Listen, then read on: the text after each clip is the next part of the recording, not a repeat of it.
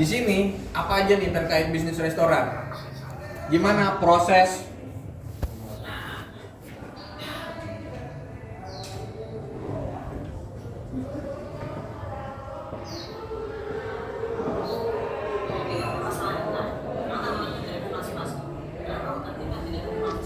Jadi yang kita bahas adalah terkait bisnis resto ini, gimana proses order, gimana proses stok, gimana proses distribusinya.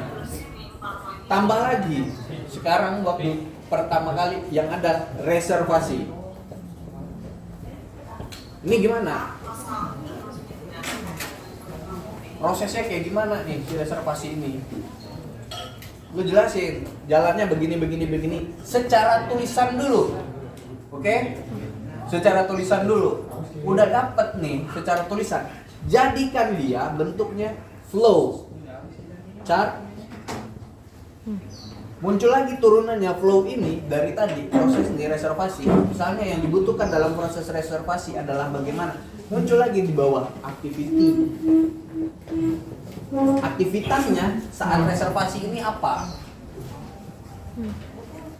Muncul lagi di bawahnya sequence.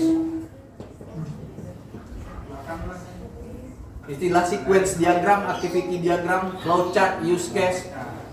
Berdasarkan satu proses bisnis reservasi muncul itu semua. Proses distribusi misalnya bagaimana di sini yang dibutuhkan dalam pengantaran barangnya apa segala macamnya. Saat berarti gua harus pakai waiters. Makanya dianalisa terkait bisnis resto ini dulu. Kalau lu nggak punya analisa bisnis terkait restonya, lu nggak bisa bikin. Ternyata nggak ada proses order di situ. Yakin? Nggak ada proses order dalam analisa bisnis restonya. Itulah yang kalian kaji. Apakah nanti di sini ada order? Apakah ada perlu stok? Apakah ada perlu distribusi? Apakah ada perlu reservasi? Itu dulu yang dibutuhkan. Dari hasil analisa ini, barulah nanti kalian uji performa. Nih keluar. Dari performance ini apa sih SWOT-nya? Dari I ini apa sih SWOT-nya? Makanya gue bilang analisa bukan satu-satu. Pakai satu fishdash udah, nanti pakai fishbone udah, bukan itu gitu loh. Berdasarkan fishdash itu kan kentekan dari performance, I-nya apa? Information. Hah? Information. E-nya apa? C-nya kontrol, E-nya ini kan semua satu-satu kan sebenarnya dianalisa kan. Dari P performance lu analisa lagi apa sih dari performance bisnis resto ini, apa sih strike-nya apa, weight-nya apa, semuanya barulah muncul nanti. Ternyata gua nggak butuh jualan makanan. Ternyata gua nggak butuh jualan minuman. Itulah kalian dapetin dari analisa resto ini. Terus setelah selesai analisa restonya, muncullah proses-proses yang di bawah ini. Proses order. Proses ordernya apakah orang harus datang, apakah orang harus gimana? Itu kan dari hasil analisa bisnis restonya.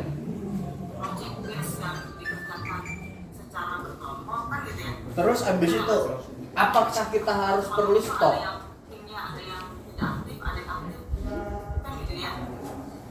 Apakah kita perlu distribusi? Ternyata resto gue nggak butuh waiters. Gue cuma jualan minuman. Yang di booking bukan table, adalah minumannya. Kan bisa. Saat lu analisa bisnis resto ini tadi.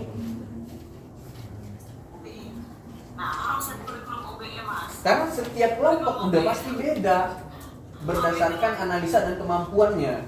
Nggak mungkin lo ucruk-ucruk lo harus sama dengan full yang tadi yang gue bilang. Di situ ada menu dessert, ada menu apa segala macamnya. Bukan itu goalnya gitu loh. Goalnya adalah keselarasan dari analisa lo menjadi suatu aplikasi web. Nanti di sini muncul lagi nanti setelah kita selesai berdasarkan tulisan-tulisan ini. hubungilah dengan yang namanya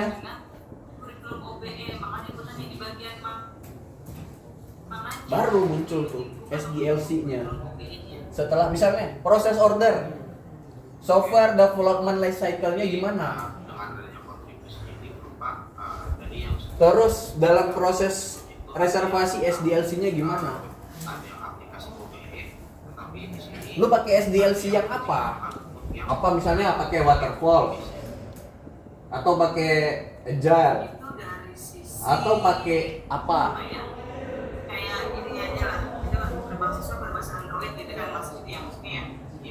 Kalau misalnya waterfall ada stepnya kan, ada bagian stepnya, langkah-langkahnya. Jadi apakah waterfall ini yang kita pakai sesuai nggak dengan proses order tadi? Misalnya proses ordernya ini, proses order misalnya pelanggan datang, terus pesan lewat website apa segala macamnya, sesuai nggak kita pakai waterfall? Bandingin lagi saat kita proses reservasi, cocok nggak kita pakai waterfall? Cocok nggak kita pakai agile? Cocok nggak? Dibandingin dari hasil analisa bisnis tadi. Terus setelah keluar ini, misalnya kepilihlah modelnya adalah agile. Agile ini bisa nggak kita pakai secara arsitektur websitenya? Bisa nggak kita pakai MVC? Bisa nggak kita pakai MVP? Ini MVC adalah model view controller. MVP adalah model view presenter. Bisa nggak kita pakai? Itulah yang kalian kerjakan gitu loh. Jadi hasil analisa yang mau dikerjakan ini semuanya ada hubungannya. Barulah mulai nanti, oh ternyata bisa nih pakai MVC. Bisa. Kita muncul pakai di sini kita munculin si Laravel-nya, terus dimunculin HTML-nya, dimunculin CSS-nya. Barulah ini tahapan ini yang dikerjakan. Berdasarkan apa? Menu apa sih? Menu misalnya menu proses order. Berarti di depan, di front end gua harus ngapain nih agar sesuai dengan proses order?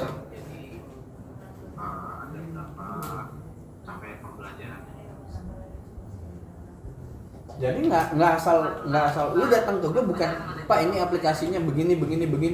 Nggak hanya itu, dari mana gue bisa cross check aplikasi yang lu bikin kalau dokumennya saja tidak punya?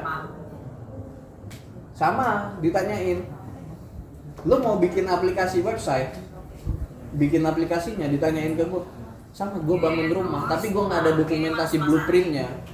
Rumahnya udah jadi Pak, gimana gue bisa cek besinya benar nggak sesuai dengan blueprintnya? Tebalan semennya, kapasitas airnya sama nggak dengan yang didesain? Kan nggak ada dokumennya. Apa yang mau dicek? Yang cuman gambar rumah. Sesuai nggak cuman gambar rumahnya dengan barang yang itu? Kan bukan itu. Jadi jangan diangkat terus ke PBL-nya terus. Gitu kan ya. Tadi kan PBL sudah ditanyakan oleh Pak Jeffrey. Sekarang kan yang tanya bagian perlu yang bagian mana sih? OBE-nya itu dari bagian yang mana? Oh itu mati ya? Serius, karena tugas saya itu kan sendiri, nggak ada yang bakalan belain lu. Jadi kan selama ini ya, penguji lu nggak peduli lu bisa apa enggaknya. Yang di cross check sama penguji adalah tulisan lu, karena itu kan yang jadi bahan publikasi nanti, bahan yang bakalan diakses oleh pihak luar. Aplikasi lo ada apa segala macamnya lah, itu urusan belakangan. Kalau misalnya lu bahas misalnya aplikasi restonya nggak sesuai dengan apa yang ada, ya gimana? Gue udah mati. Nah, kalau yang kuliah berarti adalah capaian pembelajaran mata kuliah. Jadi proses yang mau kita kerjakan ini dulu, analisa bisnis. Lu coba cari tulisannya di Google sekarang, cari namanya BRD. Manajemen itu selalu ada. Project management, software, engineer, itu selalu ada. Business requirement, dokumen. Ketemu. Nah, Udah nggak? sekarang kenapa ini berkaitan dengan kurikulum OBE? Nah, ini nanti di sini ini bukan dalam pelajaran aku, tapi pelajaran mata kuliah. Bisa nggak? Apa bahasanya? Business requirement dokumen kenapa dilakukan? Satu mata Apa kuliah itu itu? ada beberapa. Menjelaskan solusi bisnis Nanti untuk harus suatu diukur. proyek seperti apa yang harus Materi dilakukan A terhadap produk baru mendukung apa CPNK proyek yang yang berapa, dipengaruhi. materi B yang mendukung Jadi, CPNK yang produk berapa, kita apa di sini? materi C yang mendukung CPNK yang Respon. berapa. Ya kan ya? Nah, nanti kan dosen-dosen itu kan biasanya Dia udah akan begitu. Jadi yang dibahas itu kerjain dulu itu. Lu bikin dulu di RD itu. Business requirement dokumen. Setelah itu, makanya gue bilang butuh analisa apa di dalam business requirement dokumen itu. Ini bisa dipakai dengan turunan ini. Selesai keluaran di RD, nanti diterjemahin. Diterjemahin ke dalam bahasa yang setelah proses lu dapat keluaran BRD ini, turunannya ada nanti System Requirement Specification. Berapa persen yang tercapai, berapa persen tidak tercapai. Nah, nanti dilakukan evaluasi, ada nggak? Evaluasi seperti apa? Keluaran sistem requirement spesifikasinya seperti apa, barulah developer itu bisa modif. Ya, aplikasi yang bisa mendukung kurikulum OBE meskipun hanya satu mata kuliah. Kan harapan nanti kalau satu udah ada satu prototipe bisa dipakai. Udah mulai tercerahkan apa gimana, masih belum paham lagi. Nah, nanti dari sini baru kita bisa namanya tentukan profil lulusan. Kita anggap yang kita kerjakan di PMWet ini itu adalah bisnis lu sendiri ya. Jadi lu analisa gimana biar bisanya, apakah nanti itu gua harus jualan makanannya yang harus ada chefnya, apa cuman jualan frozen food, apa cuman makanan siap saji, atau minuman yang hanya cuman minuman Tim jadi es tetap teh harus jadi chef. dengan banyak varian. Itu dianalisa. Tapi itu hanya namanya dari secara konsep untuk dipakai adalah OBE. Jadi Prosesnya ini semua yang lu lakuin dari hasil analisa bisnis tadi. Kalau misalnya setelah gocak udah laku nih, udah mulai nih laku jualan minuman, gua mau tambahin makanan deh biar orang bisa ikut. Karena core-nya nggak berubah, jadi nambahinnya gampang. Di aplikasi kan cuma tinggal nambahin menu makanan kan. Kalau misalnya lu nggak bisa ngerjain satu aja, cuman minumannya saja nggak bisa, udah prosesnya proses ini kalau udah sekali analisa repeatable kan. Mau jualan makanan, mau jualan minuman, mau jualan apapun tambahannya, ini pasti repeatable dari hasil analisa bisnis lu. Karena itu jadi setelah ini keluar nih, biar gini landasan lu bikin SOP, standar operation. Lu bikin standar operasinya berdasarkan analisa bisnis ini. Turunannya SOP ini bentuknya adalah flow.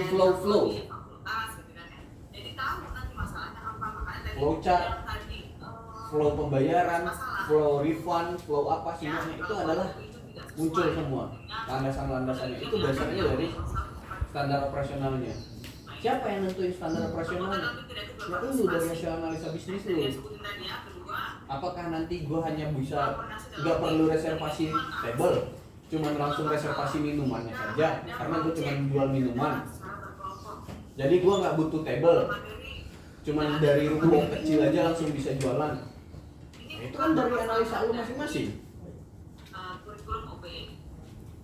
Baru misalnya muncul di aplikasi webnya kayak gimana, prosesnya kan berubah jadinya. Ya, jadi Iya kan? masalahnya harus diganti. Tapi kalau masalah diganti, tujuan diganti, gitu kan ya?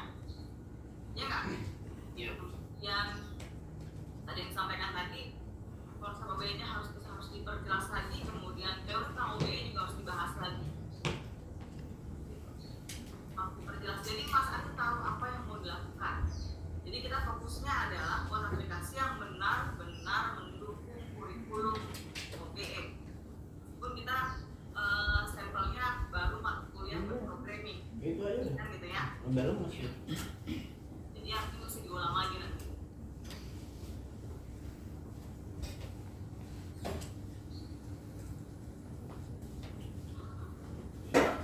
Udah mulai paham.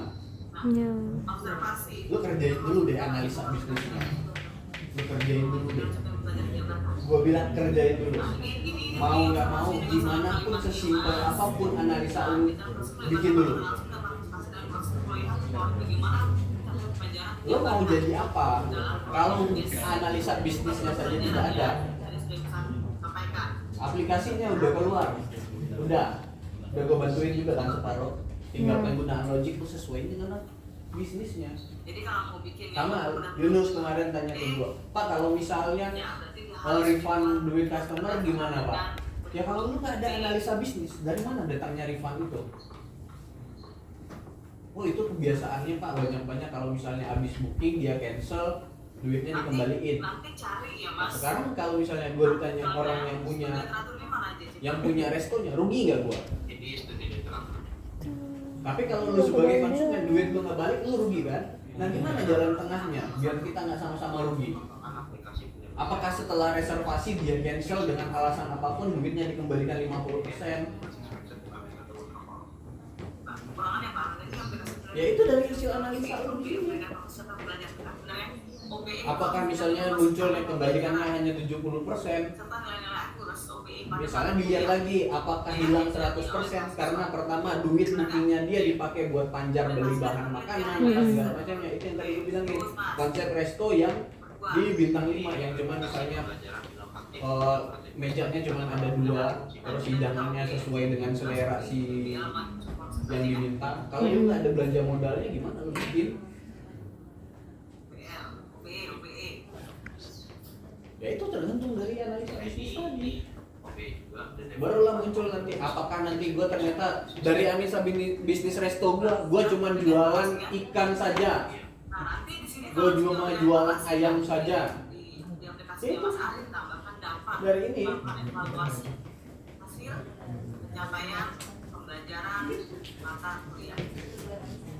kalau misalnya lu bikin di analisanya terjadi misalnya adalah kesimpulan hanya menjual minuman, tapi lu bikin aplikasinya, lu bikin kompleks, di situ ada makanan dan minuman, sama nggak? Enggak. Itulah yang dinilai keselarasan antara analisa dengan hasil project. Sama tadi yang gue ceritain, gue bangun rumah kalau misalnya besinya adalah yang dipakai ukuran 2,5 misalnya, terus yang diterapin adalah ukuran 2, sama nggak? Terus misalnya ketebalan dindingnya yang dirancang adalah 5 cm, yang dipakai hanya 4 cm. Karena itu kaitannya sama itu lagi. Capaian pembelajaran mata kuliah, capaian pembelajaran atau profil lulusan, lanjut lagi ke kurikulumnya. Karena itu panjang Mas, ada kan. Jadi itu yang harus lo pikirin semua. Kalau saat lo datang Kerplom, lo belajar bahasa Kerplom atau terkenal ada bahasanya bersama sekarang.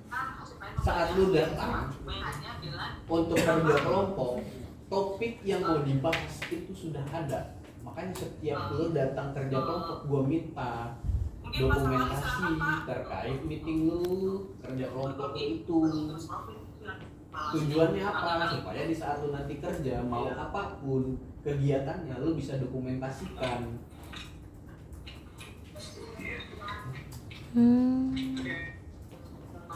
Terlepas lo punya daya ingat yang bagus apa segala macamnya. Siapa kemarin yang gue kasih tahu tuh? Kelompok Awal. Kelompok siapa ya? Oh, kelompok ini kan? Oh iya Rauf, kau. gimana Rauf? Itu kan gue kemarin juga gue kasih tahu kan? Siapa ya? Dennis. Nah, kan karena dua-dua kan berdua kan. Nah jadi itu udah gue sampaikan, setiap apapun detail yang kalian kerjakan kalau bisa didokumentasikan per orang. Jadi siapa yang datangnya bikin dokumentasi versi dia. Pantesan kemarin aku disuruh. Supaya apa? Supaya lu lakukan dari sekarang. bagian dari sekarang mencerna informasi yang kita bahas, informasi yang kita sampaikan, kesimpulannya kayak gimana, apa segala macamnya. Jadi nanti di kuliah kalau lu udah biasa kayak begitu, yang dari apa yang disampaikan dosen ini kan lu bikin rangkuman. Nanti rangkuman dari meeting lu barulah lu dokumentasikan itu semua di Trello. Si A punya dokumentasi versinya kayak begini, si B kayak begini. Lu kumpulin itu semua, jangan-jangan ternyata dari semua yang bikin itu, yang datang itu, itulah full dokumentasi lu meeting itu. Karena jangan salah, setiap orang punya daya tangkap masing-masing berbeda. Kalau apabila setiap orang bikin dokumentasi saat datang, bisa jadi saling melengkapi kan, ternyata gue lupa deh bikin ini. Ternyata gue lupa bikin ini. Yang gue ingat bahasannya yang cuma bahasan teknikal aja karena gue orang teknikalnya. Karena gue nih misalnya nih kayak gue meeting kalau soal teknikal yang gue bahas soal teknikalnya, yang gue perhatiin teknikalnya karena gue pahamnya cuma teknikalnya saja. Terus kalau ada orang analisa bisnisnya di situ ngejelasin analisa bisnisnya dengan teknikal gue bisa bandingin kan.